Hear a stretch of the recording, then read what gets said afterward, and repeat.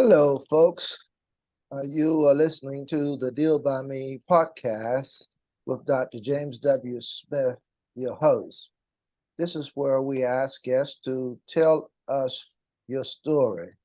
The story can be encouraging, inspiring, and transforming.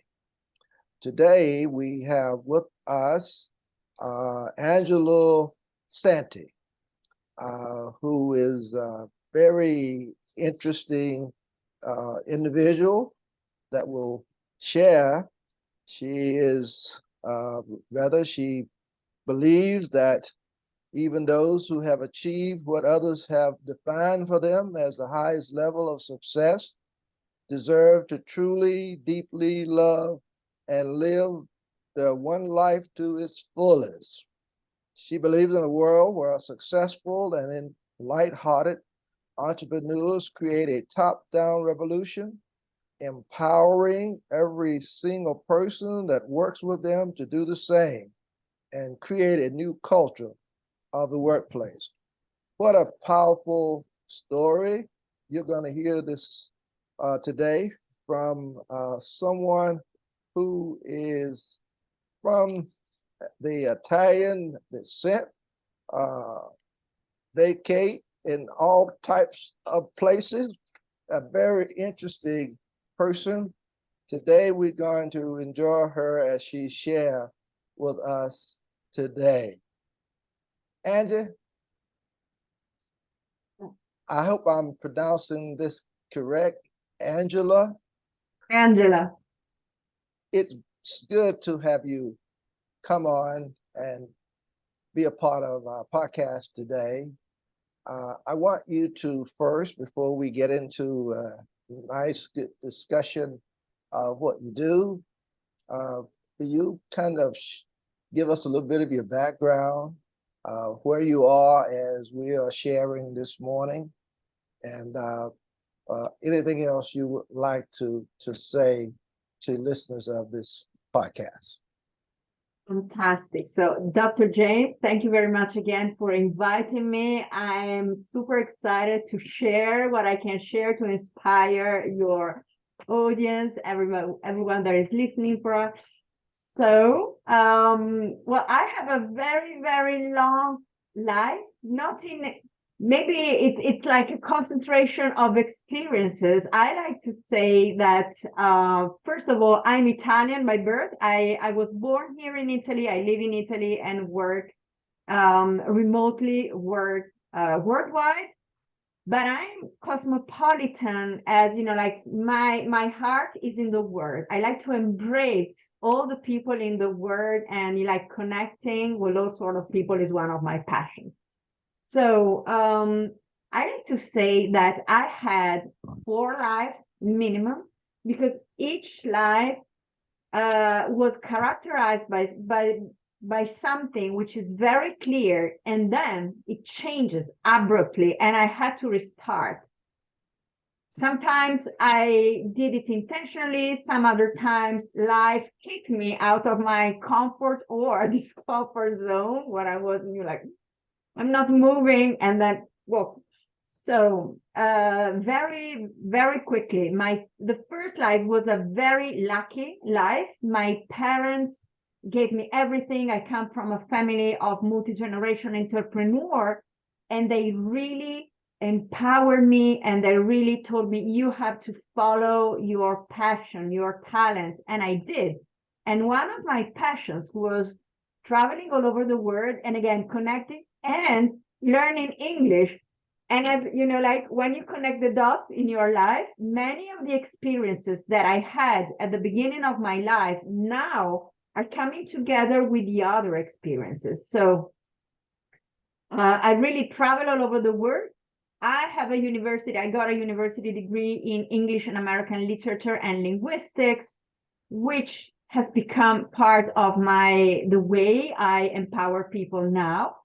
And lived in the United States for a while, and had all sorts of fantastic experiences. When I graduated from the university, since my family had this huge 9-figure business in the luxury cars distribution in Italy, it was one of the top 10 in Italy, I was literally thrown to work there. And in Italian, we have this saying, and is instead of, like providing mentors and guides, they just say, okay, I throw you in the ocean and then you learn to swim.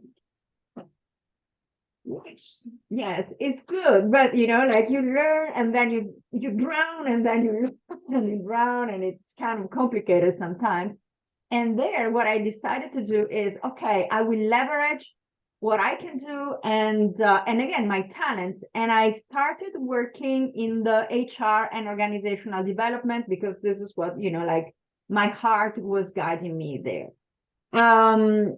Pioneered all sort of what they call now the well-being policies, etc., which at that time, at the beginning of the 90s, we didn't have any labels like this, and everything was fantastic from the outside. But from the inside, since I am a go-getter, a recovered perfectionist, I want like first in class, etc., I was becoming very hard on myself, something that I've never done before, because I was just going with the flow, but I was faced with so many challenges, and I had not having a mentor, I had no guide as to how to embody the managing role that I was performing, I like to say. So I was aping role models that didn't belong to my sensibility, to my heart. And it was like, I was inside a very tight dress, I would say, and I couldn't move, and I was very uncomfortable. A lot of success on the outside, but being miserable on the inside. But I wasn't doing anything for that, like, I'm feeling uncomfortable. Well, this is not right, but what's the outside of that? I'm too scared. I don't want to challenge. All the excuses, it's not the time, etc. Then life moves you when, like it's the time to do that. And 2008 crisis hit, and the family business collapsed in like a few months. And I found myself jobless.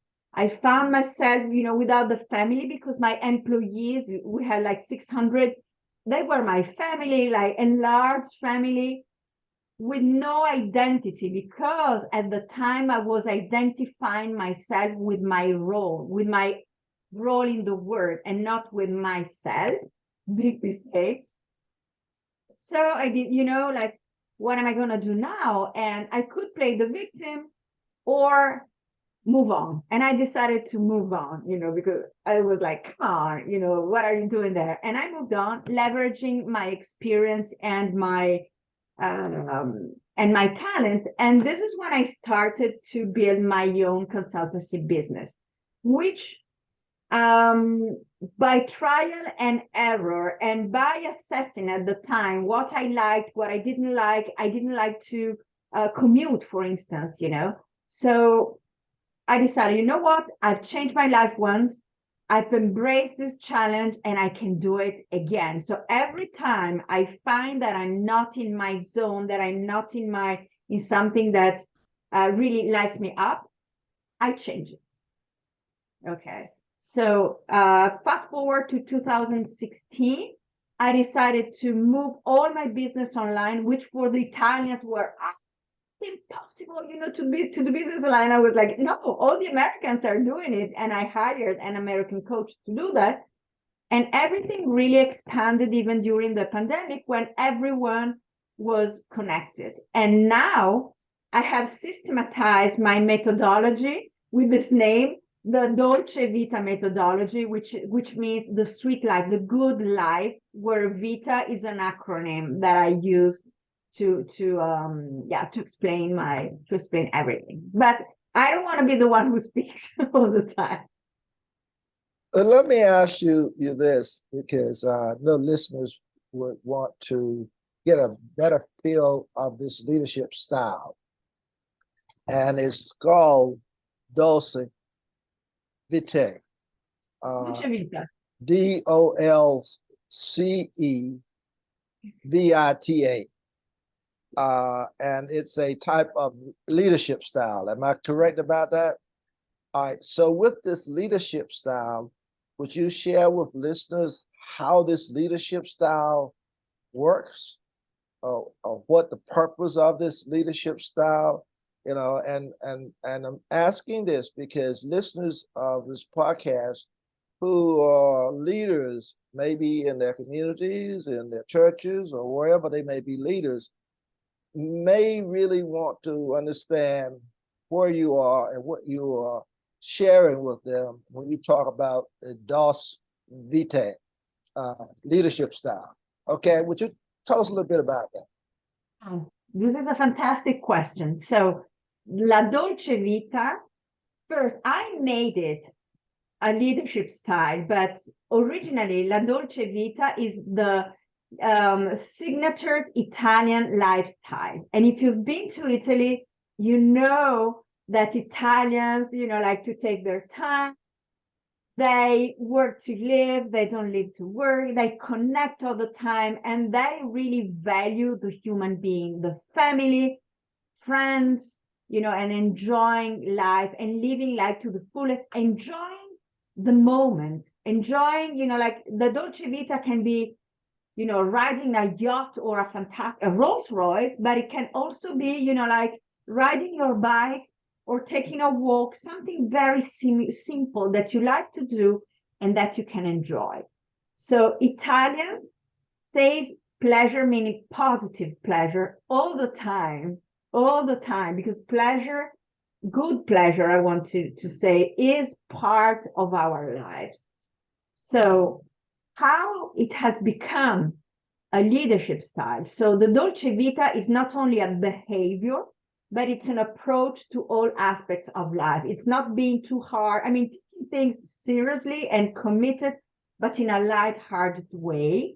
So, and even, if you're making a mistake, like acknowledging it and doing, okay, I was doing my best, and, let's move on. Let's do something and not beating yourself up all the time. So, as a leadership style, to me, is a way for a leader to walk the talk and to create human-centric environments. So I'm very happy that the pandemic brought and, caused the great resignation, because I say, oh, finally, people are rising up and saying we are human beings. We're not only, like machines. We're not only numbers. So those leaders who want to retain talents, who want to grow their business, have to have people, employees that are happy, that are living the Dolce Vita inside the company. So this way is to help them, this methodology is to help them create a Dolce Vita environment. So an environment, company environment where their employees can be happy, can thrive, can be aligned to the values. So, and there are, all sorts of things that I'm teaching them to do, like, may I like just give you a little bit, of a few examples. So the Vita is an acronym for Vitality, Illumination, Techniques, and Assets. So vitality is, the company is a living being, so it has to be vital. There should be, like energy inside. So people that live an organization have to be happy, have to be, have really to experience a well-being, which is not program. It's a day-to-day commitment and actions. The illumination is inspiration, is being in the flow, doing what is in your zone of genius. So understanding what people are good at and putting them in the right roles, but it's also to align values. So be very clear what are the values that you are wanting, and to hire people that have the same values, because you don't command, some other, I tell you to have this value. This is not working. Okay. Techniques are the how to implement all that, and assets are the people that are inside the company and their skills. the thing is, as a leader, if you want to really embody everything and be credible with your people and do it on a consistent basis, you have to embody La Dolce Vita for yourself. So vitality means, doing what it takes to ensure that you are vital, that you are energized to, to go and reach your goals. Illumination is how you're keeping yourself in the flow, is also your spiritual life. You can't be like a dry person. If you are dry inside in your soul, you're not creating anything. So it's your mission, what you want to create in the world. Techniques is, again, how you do that. An asset, you are your most important asset, and it's like how you treasure yourself as the most important asset. So are you saying to us that the leader, him or herself, should exhibit that type of leadership, and also think about people that they might employ having that same kind of mentality? Yes. Am I basically saying that correctly? Yes, this is correct. It's a mentality, it's an approach to things, to life that you can learn. And it's really to empower people for the greatest good. Now, do you do this in terms of speaking to groups, or are you totally online providing this information through workshops, seminars, online, or do you in person speak to individuals? How you do what you do? I work online because I decided during the pandemic, I decided to work internationally to make a bigger impact and to work with English speaking, because I had to make a decision. I either do this with Italians only, because Italians, we speak Italian only in Italy, or I open up. So I decided this was a very big and difficult decision. So forget my Italian, or use my Italian sometimes, and do it abroad. So I love speaking on stages. For the moment, I haven't done it yet, because as the world has opened up, I have to, figure out how, the logistics, but it's something that I definitely do. And everything can be done online, of course. And online is, for me, everything, speeches and also my consultancy. Yes. Okay. Now, let me ask you this, because I'm a little curious.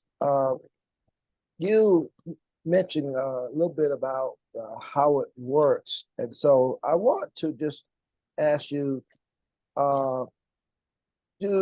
does success precede or follow a Dolce Vita? And do we have to wait until retirement to have a dream life quality? And the next thing I want to ask you is, or is success a byproduct of the Dolce Vita, or the other way around?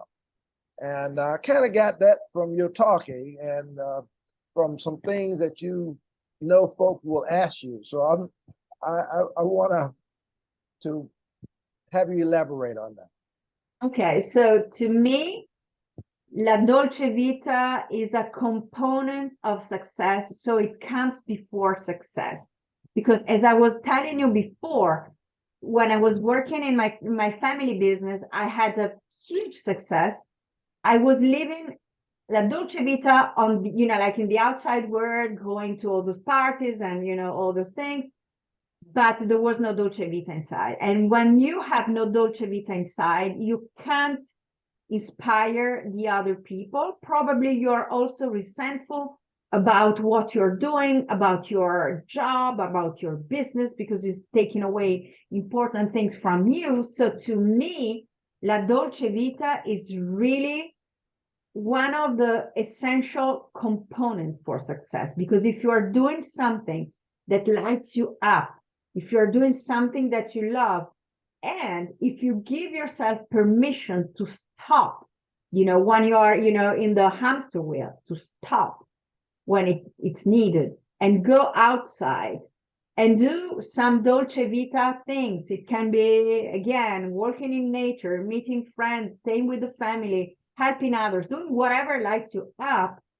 This is the energy that then you can bring everywhere. So definitely La Dolce Vita precedes success. It's not the other way around. Well, then, if that's the case, did you kind of share then where does that approach to life and business come from? Is it from, acquired, or is it something that you need to, learn, or is it just something that's on the inside of you that makes you, say, I'm just going to be this happy-go-lucky leader? How, Yes. what is it? It's a mixture. It's well, first,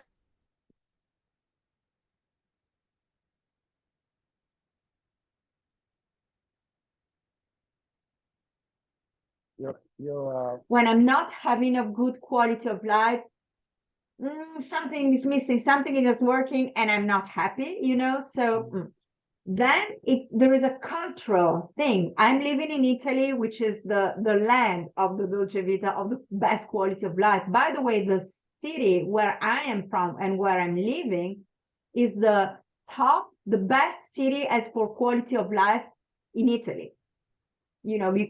So, and then it's also from my experience, I mean, my personal and my professional experience. So I put everything in a pot, in a shaker, and I've shaken everything up and understood even the Vita, the 4 pillars of the Vita that I share.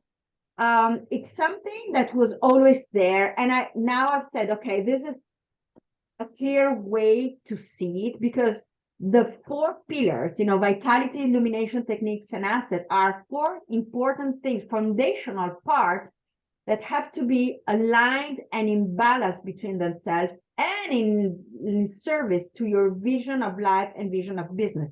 And by the way, or career. And by the way, if you think about it, sometimes your vision for life does not coincide with the vision for, your professional life, what you want to create in your professional life. And if you stop, and think, okay, I want my professional life like this because I want to be happy, I want to have this kind of life, etc., but you're not having it because there are maybe outside constraint or inside constraint, or, like beliefs that you have that make you have a very poor quality of life. So quality of life is based. Angela, one of the things that I like to ask guests who come on the podcast is to share how their experiences, events in their lives can benefit somebody else. And so you're talking about a certain leadership style. So I'm almost certain that you will share and say to listeners they need to be happy. I can feel that one, that's part of it. So just talk about it a little bit, what would you say from your experiences and events in your life, what would you say to somebody who maybe is interested in starting a business, interested in even in not necessarily starting a business, but maybe in their own personal life, going through something? What would you say to them based upon your own experiences and events in your life? What I would say is to ask yourself, why, first of all, why are you doing that? Because you have to remember it every morning when you wake up and when problems are in front of you. Because sometimes, doing a business or starting a business is easy. Sometimes it's very challenging, and you have to go on and on and on and on.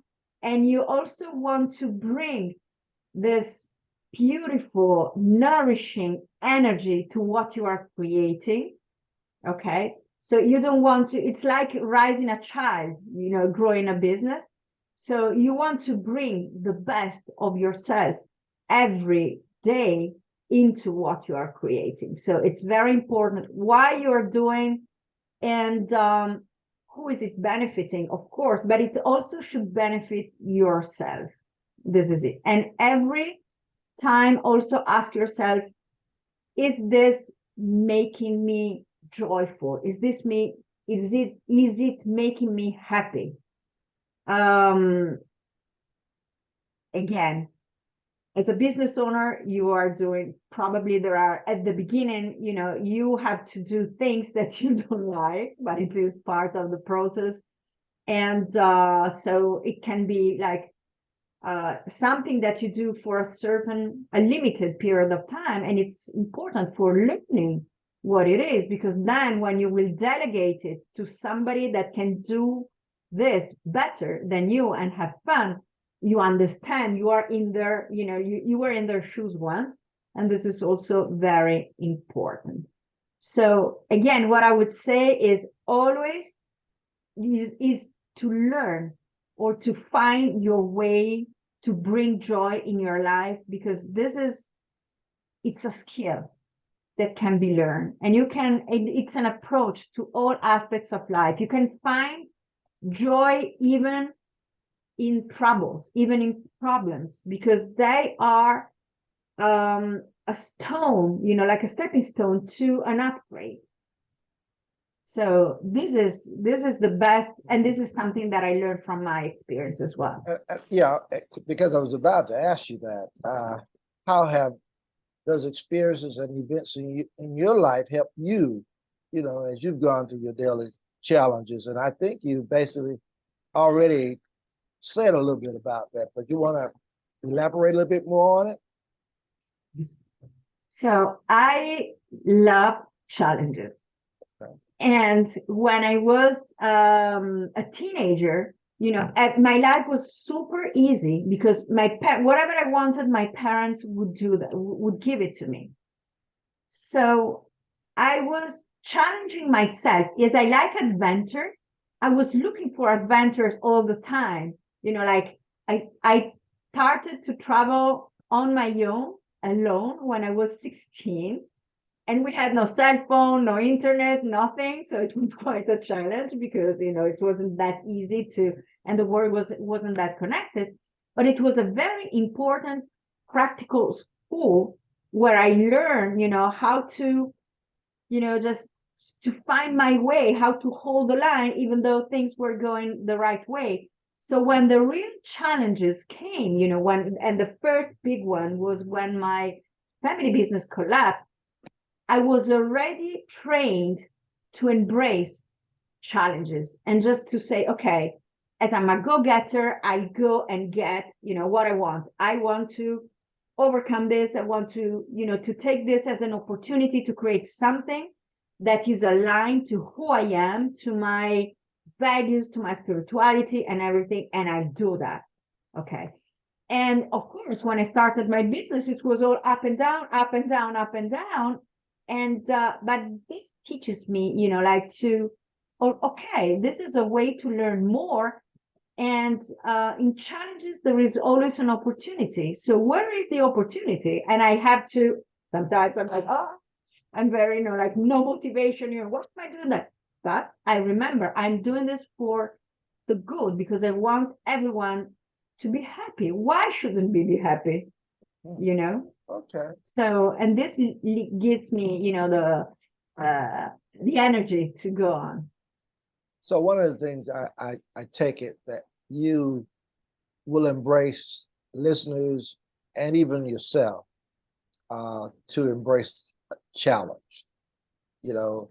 Just embrace it and jump into it, and don't let it get you down, but press on and make it work, and be happy in the midst of it. Yes. Okay. Enjoy the trip. All right. Enjoy it. I love it. And I want to just close with this because persons who may be going into leadership or who are already in leadership, how can the Dolce Vita leadership style prevent employees turnover? It prevents employees turnover because as a Dolce Vita leader, when you embrace and live and embody, fully embody the Dolce Vita, you understand that your people are human. You understand the benefit of embracing the Dolce Vita. So you want everybody to embrace the Dolce Vita. And it puts you in a position, in a role where you can understand what are the right things to do. And the best thing to do is to listen to what your people want, really from heart to heart, and also find a way to help them build what they want to build for their life, not only in their business. So it's not about, those programs that start and go with consultants. It's really living the Dolce Vita every day into the organization and make people count, make them feel heard, seen, values as a human beings, not as roles.